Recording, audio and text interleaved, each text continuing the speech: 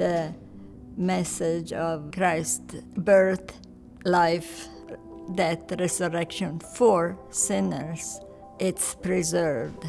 Christ is keeping his promise. He will build his church and the gates of hell will not prevail against it. So he promised that, and we can see it through history. My name is Simonetta Carr.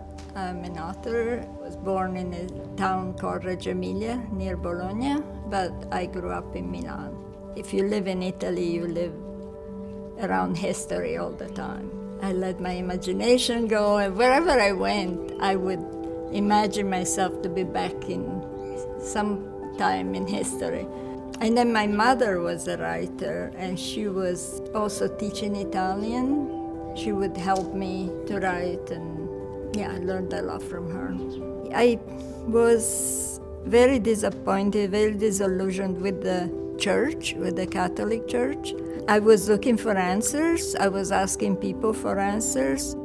Besides my father, I had an uncle who was a priest, and neither of them were really answering my questions properly. Then when I came here into the Reformed Church, we also started to learn about church history.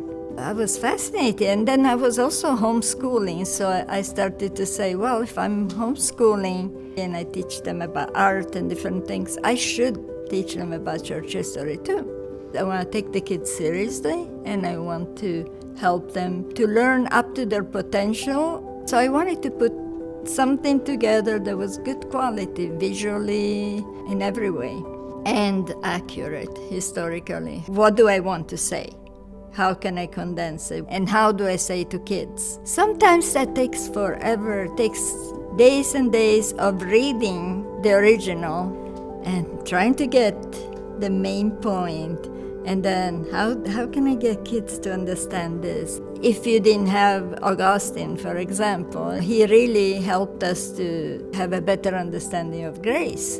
And Athanasius with the Arian controversy, or Anselm and the Atonement, they helped us to at least think more seriously about those things.